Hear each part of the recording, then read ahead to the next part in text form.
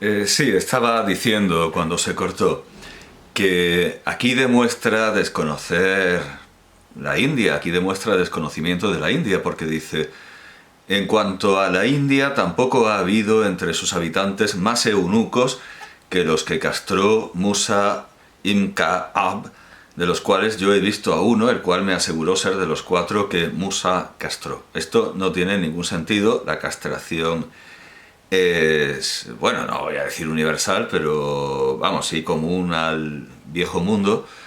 Y desde luego, o sea, no sé qué entenderá por India, pero la India dominada por el imperio persa, pues evidentemente conocía la castración como la conocían los persas. Los gramáticos persas sostienen que los géneros gramaticales son tres y se corresponden con los géneros naturales, que son masculino, femenino y, digamos, eunuco, apunsha, sin signo, sin, bueno, sin miembro viril o sin signo de, vamos, el que no está marcado porque no tiene, vamos, los eunucos.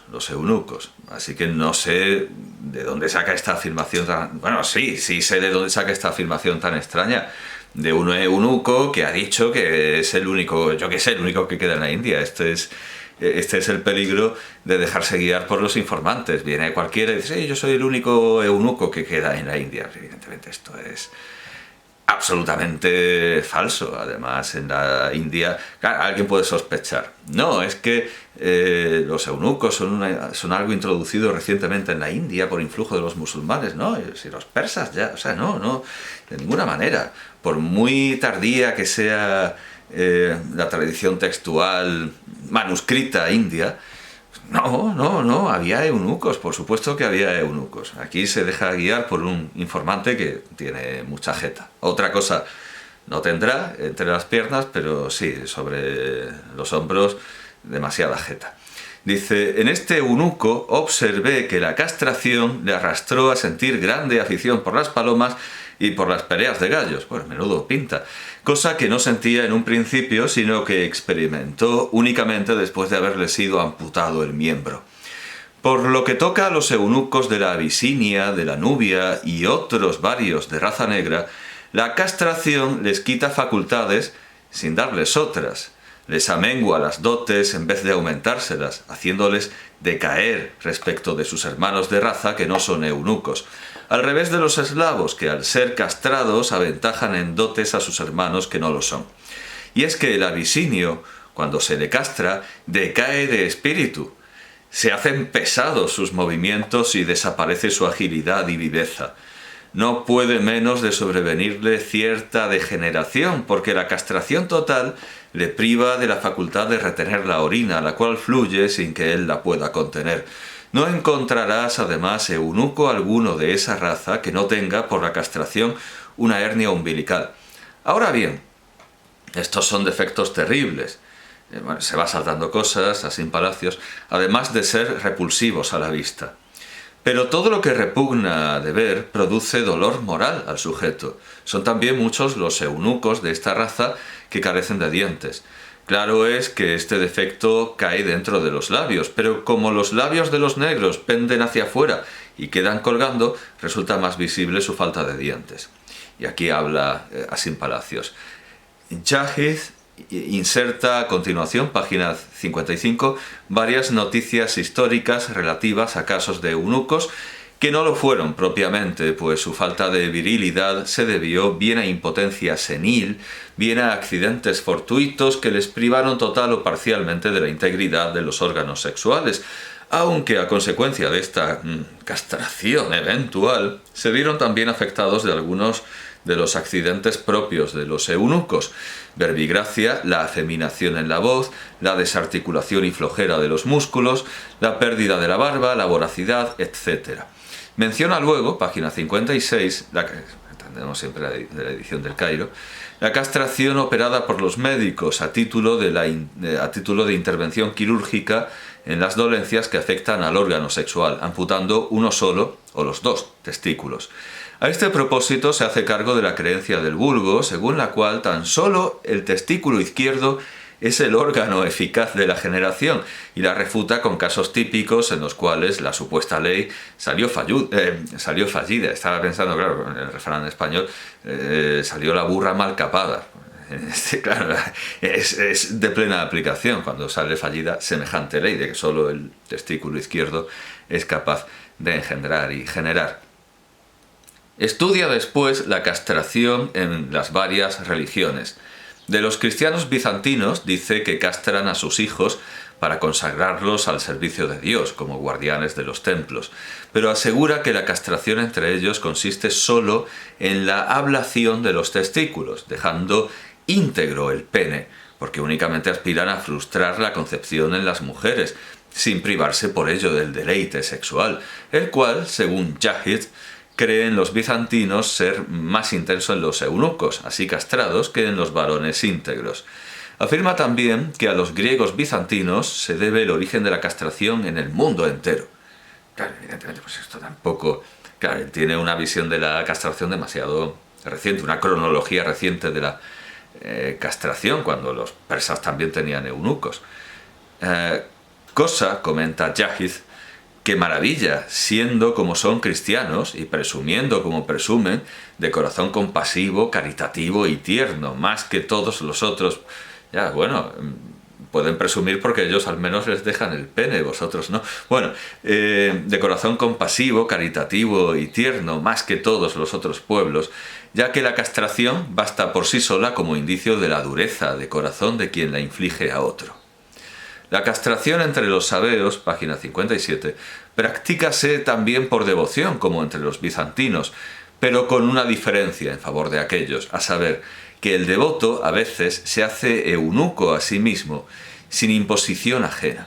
A este propósito se ocupa Yahid por extenso en transcribir las confesiones del asceta sabeo Abu al-Mubarak, que llegó a centenario después de haberse castrado voluntariamente para refrenar su exacerbada concupiscencia en servicio de Dios. Por lo que toca al Islam, Yahid declara prohibida la castración practicada por motivos religiosos, invocando para ello la autoridad de Mahoma, que dijo: «La castración de mi pueblo es el ayuno». Estudia luego, página 59, la castración de los esclavos extranjeros importados en tierras musulmanas para venderlos, y pondera la crueldad con que eran tratados, pues se les cortaba a cercén el pene y ambos testículos, sin temor de causarles la muerte con tan bárbara operación. Y en el caso de salvar la vida y conservar un testículo, o los dos, pero sin el pene, quedaban reducidos a la más abyecta condición moral, sin ser propiamente machos, ni hembras, ni eunucos, pues, aunque castrados, les sale a los tales la barba, y por eso nadie los admite en sus casas para guardianes del harén y servidores domésticos. De modo que ni gozan de las comodidades de la vida que los eunucos tienen, ni tampoco pueden aspirar a los placeres sexuales de los hombres que poseen la integridad viril. A continuación enumera las varias operaciones empleadas para la castración de las bestias, todas las cuales consisten, sin diferencia sensible, en ligar fuertemente ambos testículos desde la raíz del pene a fin de que, privados de la irrigación sanguínea, vayan poco a poco marchitándose y secándose sus tejidos y atrofiándose las glándulas que segregan el semen, el cual además no encuentra expedito el paso por el obstáculo de la ligadura, y al fin se desprenden y caen por sí mismos. Se dice que las perdices hay que comerlas también cuando se cuelgan de una... no recuerdo si de una pata o del cuello, y caen al suelo por su propia podredumbre. Bueno, esto creo recordar que Leonardo recomienda comerlas así, en sus apuntes de cocina, en sus anotaciones de cocina. En cambio, la castración de los hombres se realizaba por medio de un largo y afilado estilete, puesto al rojo vivo, con el cual se lograba rápidamente la amputación por cauterio. Son varios los fines, página 60, por los cuales se castran los animales. Las bestias, y singularmente el ganado lanar, si se castra cuando es joven, produce una carne más tierna, grasa y de mejor sabor.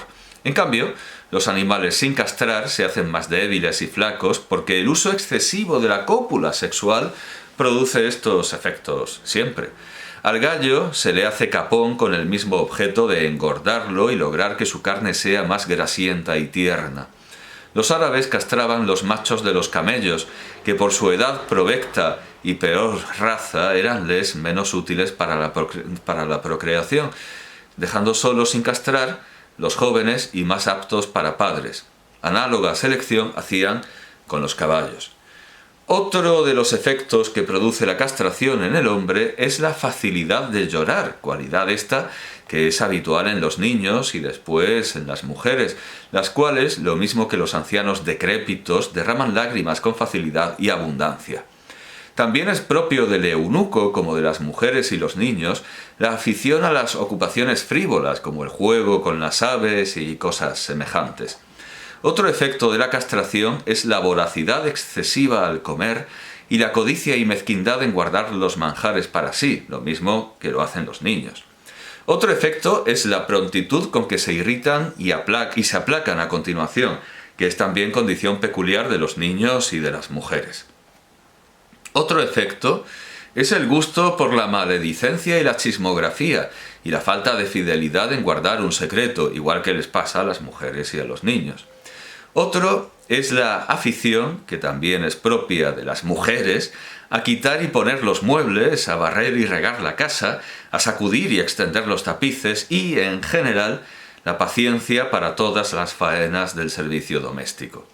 También adquiere el eunuco gran resistencia para montar a caballo y energía para sostenerse mucho tiempo galopando, hasta aventajar en esto a los jinetes turcos y a los mejores caballeros de los jariyites. De los jarilíes o de los jariyitas, pues bueno, escribe jariyites. Cuando su amo le entrega su caballo al eunuco para que lo guarde mientras él entra en la mezquita, a la oración o a la casa de baños para lavarse o a visitar a un amigo que está enfermo, no deja el eunuco de montar el caballo de su amo y hacerlo correr, yendo y viniendo hasta que el amo regresa. También posee el eunuco gran afición al tiro de flecha, como un efecto de su amor a la guerra contra los bizantinos. Todo esto parece un texto de Camilo José Cela. Prefiere asimismo el eunuco ser esclavo de los príncipes, aunque no le den más salario que la manutención, antes que servir a gentes de inferior clase social, aunque éstas le den trato principesco. Lo admirable es que los eunucos, estando como están al margen de la complexión natural masculina y tan próximos al temperamento de las hembras, no les sobrevenga, a pesar de todo, el vicio de la inversión sexual. Porque yo he visto más de un árabe beduino, afeminado e invertido, que daba rienda suelta a su libertinaje, como también he visto gran número de locos invertidos, aun entre los etíopes, de pura raza y hasta de un kurdo, me contaron que lo era, pero jamás vi un solo eunuco afeminado, ni a mis oídos llegó nunca la noticia de alguien que lo fuese. No sé cómo es así, ni cuál sea el obstáculo que se les impida, pero el hecho es de evidencia palmaria y parece que tiene que ser ley general. Muchos ancianos que alcanzaron largos años de vida y muchos observadores, expertos y discretos afirman que después de estudiar atentamente la duración de la vida en varias categorías de personas, encontraron que los eunucos longevos eran en mayor número que los longevos de cualesquiera otras categorías de hombres dotados de virilidad, y que comparadas las vidas de los eunucos con las de sus mismos hermanos y primos no castrados, observaron asimismo que la longevidad en aquellos era ley general, mientras que en estos apenas si por acaso se encontraba uno tan solo u otro que alcanzase larga vida. Y añaden que para esta longevidad de los eunucos no creen encontrar otra causa que la privación en ellos del coito, ahora sí está bien escrito, y la menor efusión seminal, con el consiguiente menor desgaste de las energías medulares. ¿De dónde creían que salía? Dicen además, no encontramos entre los animales que hacen vida doméstica con los hombres, es decir, caballos, camellos, asnos, bueyes, carneros, perros, gallinas, pichones, gallos y pájaros, ninguno que tenga más larga vida que el mulo. Asimismo, encontramos que los pájaros son los que menos larga, aquí hay una nota, dice, en otro lugar efectivamente pondera Jáhiz el odio mortal de los eunucos musulmanes contra los bizantinos, a quienes consideran como autores de su degradada condición. Pensaban que lo habían inventado los bizantinos, pero vamos, ni mucho menos.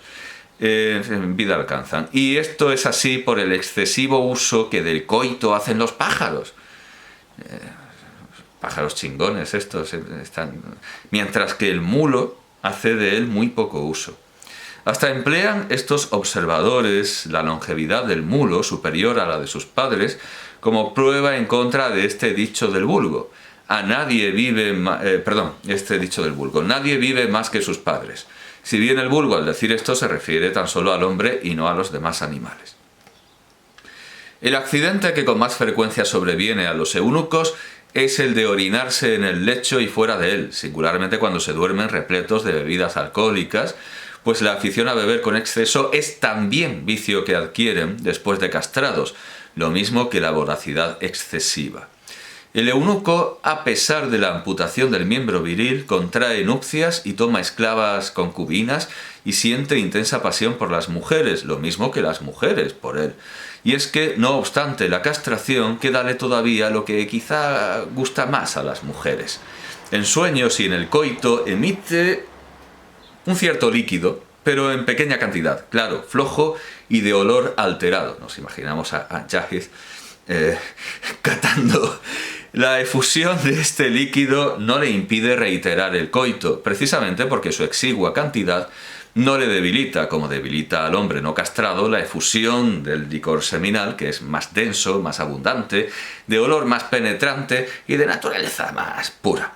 A causa del intenso amor que los eunucos tienen a las mujeres, unido a la pena y tristeza que sienten por verse privados de ellas, odian a los machos con rencor más vivo que el que se tienen los enemigos más encarnizados, podríamos decir, los odian más que a los bizantinos. Hasta un extremo tal que su odio es incomparablemente mayor que el que siente el envidioso respecto del envidiado, o el peatón al jinete, o los príncipes arruinados a los pobres enriquecidos, o el que se tienen los primos reñidos, o los vecinos que ejercen en competencia un mismo arte u oficio.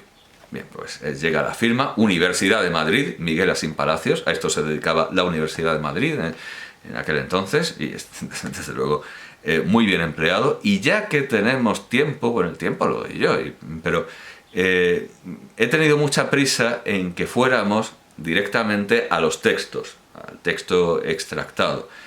Pero ya que hemos visto una buena muestra de estos textos, aunque nos hemos centrado, parece ser, únicamente en las minas y en los eunucos, pues estará bien leer el índice completo que extrae Asín Palacios del Libro de los Animales. Inventario de materias. 1. Física y química. El mundo astronómico es inorgánico pero viviente. Estrellas fijas. Medios naturales e instrumentos para averiguar la hora. Verano e invierno.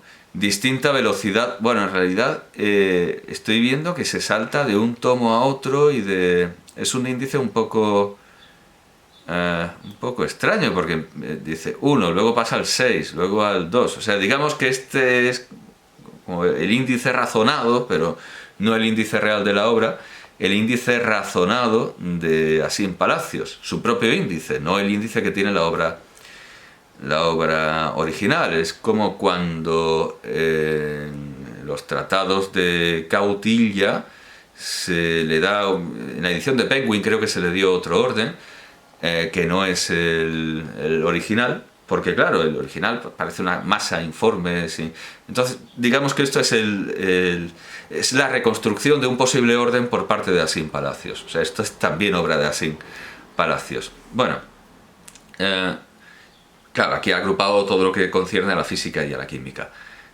Verano, bueno, medios naturales e instrumentos para averiguar la hora, verano e invierno, distinta velocidad de la luz y del sonido, problemas de física térmica, el calor, el fuego y la luz, realidad objetiva del calor y de otras cualidades sensibles, mecanismo de la combustión, fuego, su naturaleza y propiedades, ventajas del calor, su influjo en las minas, afinidades entre el fuego y el hombre, el fuego en las minas, la lámpara y la vida del hombre, fuegos fatuos, animales y maderas incombustibles, rayo, el agua, su naturaleza y sus propiedades, sus transformaciones en otros líquidos, idem en fluidos y sólidos, sus varios colores, por qué flotan los cadáveres, elogio del agua, el agua, ingrediente de todas las bebidas, congelación del agua, virtudes de la nieve, el aire, su naturaleza y propiedades, experiencias físicas con el aire, los cometas o milorchas de los niños, cualidades sensibles, colores, aromas de varios países, excremento humano, su hedor, retrete o excusado, hedores, clima de la Arabia, atomismo, esto no parece muy ordenado, química del oro, plata, vidrio y piedras preciosas, posibilidad e imposibilidad metafísica y física, lo inverosímil en física no es imposible, el imán, fenómenos naturales maravillosos, maravillosos efectos del sonido, música y canto. Segunda parte, zoología, generalidades sobre los animales. Los cuerpos orgánicos o vivientes y los inorgánicos o no vivientes. Dos especies de vivientes, vegetales y animales. Clasificaciones zoológicas. General, animales que andan, vuelan, nadan y reptan. Otras clasificaciones, por los medios de expresión, animales aéreos, acuáticos y terrestres, carnívoros, herbívoros y mixtos, salvajes y domésticos, pájaros ciudadanos, aves herbívoras, carnívoras y mixtas, animales comestibles, animales que guardan el dinero, animales que no mueren, animales que se les ampute algún miembro, animales cornudos, animales de pezuña, claro, todo el mundo estará pensando en la enciclopedia china de Borges, animales de pezuña, animales necios, bellos y feos, animales especiales de la India, idem citados en el Alcorán, animales que se medicinan por instinto, recetas medicinales hechas con animales, sentidos de los animales, ojos de varios animales, ojos que brillan en la oscuridad, animales que ven de noche, fino olfato de algunos animales, animales sordos, animales que digieren piedras y cosas duras, armas de los animales para defenderse, caza ingeniosa de aves acuáticas, animales con jefe, modos de andar de varios animales, corpulencia de ciertos animales, pez, carnero, serpiente, dragón de mar, etc., animal marino que no es pez y que salva al náufrago sosteniéndolo sobre sí. El aliento de las fieras y alimañas derrite la nieve en la boca de sus madrigueras. Mimetismo animal e influjo del medio físico. Casos de muerte aparente. Luego, problemas relativos a la generación. La generación espontánea. Características sexuales en los animales y el hombre. Síntomas de la pubertad en el hombre y la mujer. Psicología sexual, el celo o instinto sexual. Análisis del instinto sexual en la mujer. Influencia del vino y del canto. Influencia del excremento del elefante en la esterilidad de la mujer. El amor sexual del diablo a las mujeres y los ataques epilépticos. La cópula o unión sexual en los animales. Casas de prostitución en la India. Vicio de la bestialidad. La continencia es garantía de larga vida. La castidad de los monjes cristianos. La circuncisión y su influjo en el apetito sexual. La circuncisión de hombres y mujeres entre judíos, cristianos y musulmanes. Mahoma y Jesús nacieron circuncidados. Las mujeres bizantinas, indias y persas son más adúlteras que las árabes por no circuncidarse. Fecundidad de algunos animales. Huevos, su número y tamaño, dónde y cómo los ponen los animales. Fecundidad de las mujeres bizantinas y cristianas. La lactancia en los animales. Número de mamas en distintos animales. Los testículos y la generación. Castración, especies de castrados. Castración de los eslavos y de los naturales del Jorasán, India, Nubia, Abisinia y Sudán. Todo esto es lo que hemos leído. Castración entre los monjes cristianos griegos y entre los monjes sabeos. Efectos de la castración, apetito voraz, cambio de voz, caída del pelo, viveza intelectual, etc.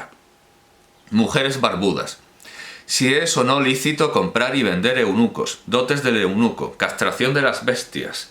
Si es o no útil y lícita. Animales y plantas hermafroditas, cruce de especies zoológicas, transformación de unas especies zoológicas en otras, incluso la humana. Animales híbridos. La jirafa, producto híbrido de pantera y camello. Claro, se llama, porque en griego y en latín se llama camelopardus, ¿no? Sí, eso, creen que es el cruce de un camello y un leopardo. Sí, tal cual. Eugenesia. Seres híbridos fabulosos.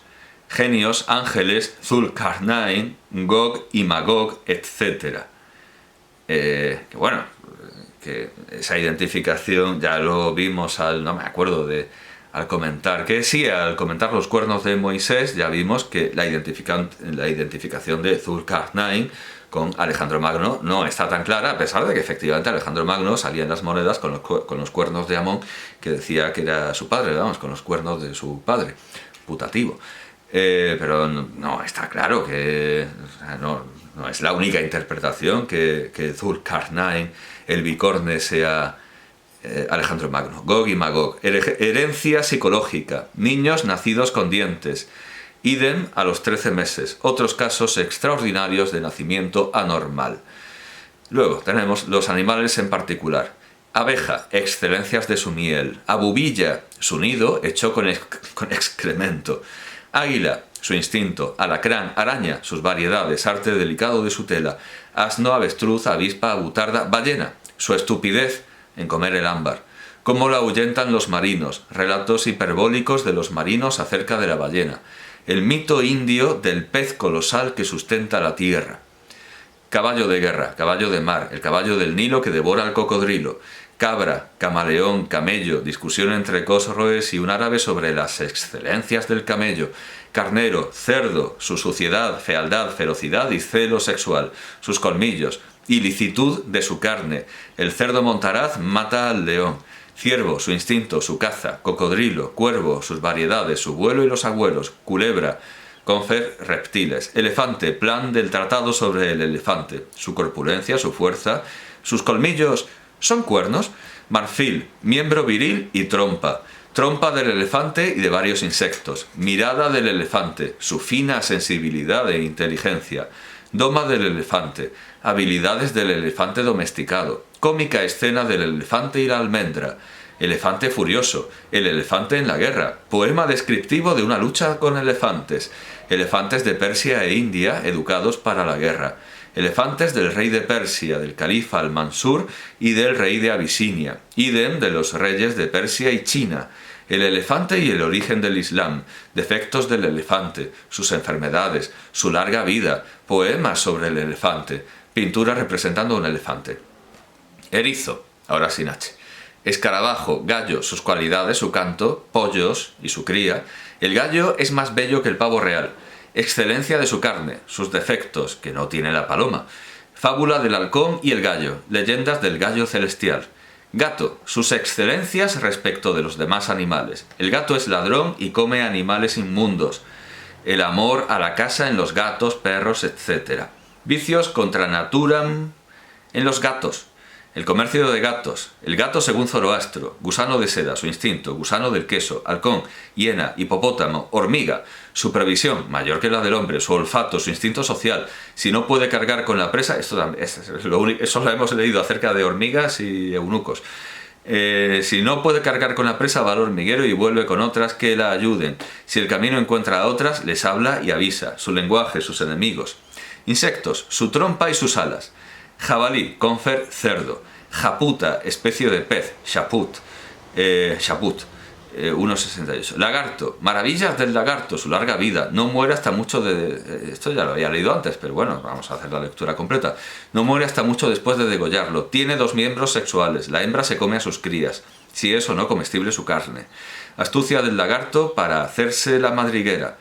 Cuento de lagartos. Un cuento de lagartos. Lástima que esto no lo hayan traducido. Langosta, insecto ortóptero. Es que claro, para distinguirlo de la langosta como...